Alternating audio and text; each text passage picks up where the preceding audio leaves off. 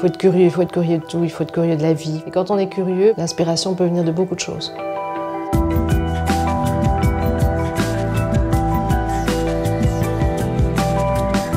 Mes principales sources d'inspiration viennent évidemment beaucoup de livres.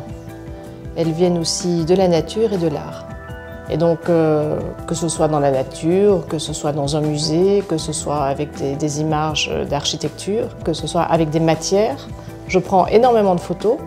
Et donc, je rassemble une trentaine ou une quarantaine d'images que je colle dans un book. Et puis, je le donne à mon équipe et je dis voilà, ça c'est mon inspiration de cette année. Essayez de me sortir une maille qui va être le plus proche possible d'images que vous aurez choisies. Et puis c'est ça qui est passionnant pour le studio, c'est qu'elles vont aller chercher au fait la maille. Moi je pense à l'image, et puis de l'autre côté, ils vont devoir travailler sur la maille. Quelle est la maille qui va le plus se rapprocher de l'image que Myriam m'a donnée, ou quelles sont les mailles, parce que souvent c'est un mixte de mailles qui arrive à ce résultat. Je suis souvent très agitée dans le bon sens quand elle me téléphone pour me dire écoute, on a reçu les premiers échantillons, c'est très beau, on est super content du résultat, ou bien ça on n'est pas contente, on fait améliorer et tout.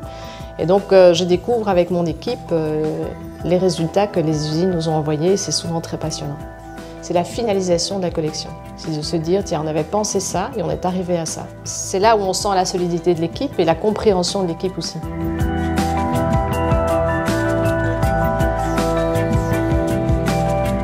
Je pense que aussi la collection grandit, se stabilise. Comme elle grandit, elle attrape sa maturité. Et ça, c'est très important.